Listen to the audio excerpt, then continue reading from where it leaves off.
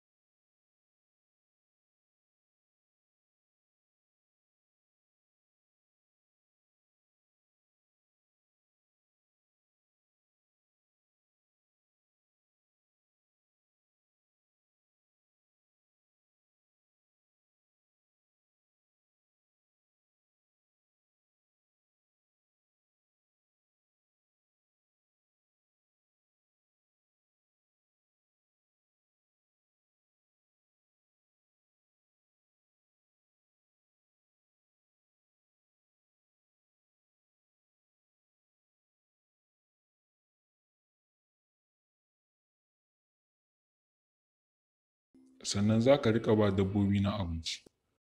Amma a duk rana naira 1000 zan baka idan ka yarda kenan. Idan baka yarda ba za ka iya ƙarawa gaba. Idan ka amince za ka iya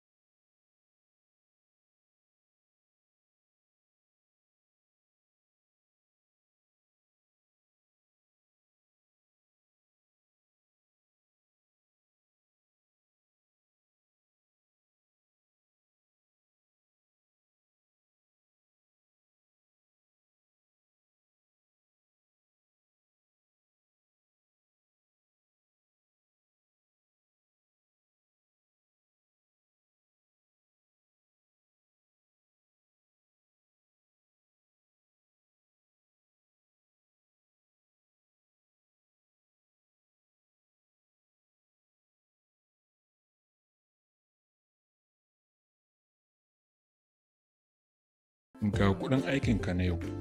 Tau, Alhaji na gode, Allah ya saka da alkhairi. Amma gaskiya wannan ne aikinka na ƙarshe, saboda yanzu babu wani aiki da ya rage.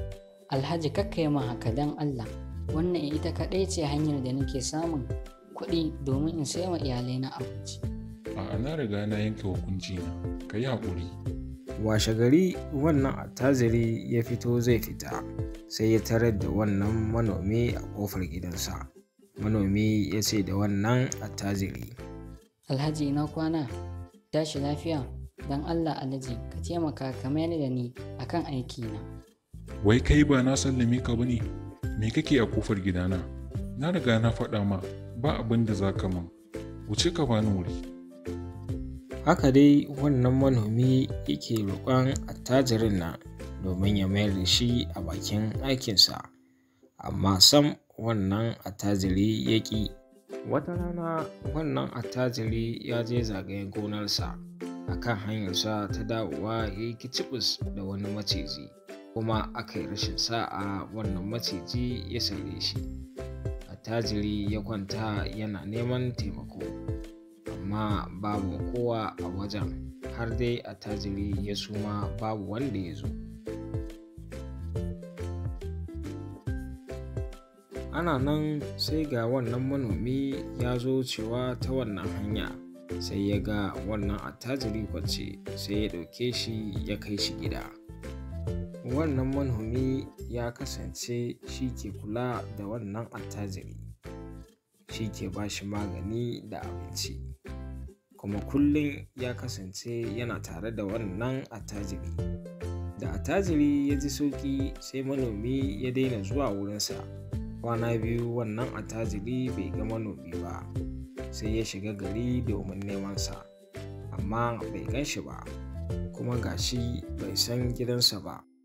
Wata rana wannan attajiri ya shiga kasuwa domin ya yi sayayya, sai ya ga wannan manomi yana sai da tukunyar ƙasa, sai ya ce da wannan manomi, Alhamdulillah, alhamdulillah, Allah na gode ma. Kai haka ake yi, sai dai na waye gari na gaba ka nan, kuma na nemi ka ban same ka ba, gashi kuma ban san gidanka ba. Alhaji kenan, tun da Allah ya tashi kafaɗarka na ce to bari in san inda dare ya yi min. Wannan tukunyun kai ke saida su kenan, don Allah idan ka tashi daga gun sana'ar taka, ka zo ka same ni a gida. Tau Alhaji, insha Allah da na tashi za ka gani. Darasin wannan labari: mu kula da mu'amalar mu da mutane. Kada ka wulaƙanta mutum don ganin ka fi shi arziki da wadata, domin wata rana kai ma zai iya taimakonka idan ka shiga wani halin, kamar yadda ta faru a wannan labarin tsakanin manomi da attajiri. Attajiri yana ganin manomin nan ba a bakin komai ba, sai gashi da shi Allah ya jarabce shi, manomin ne ya ɗauke shi kuma ya kula da shi. Saboda haka mu yi mu'amala mai kyau tsakaninmu da mutane.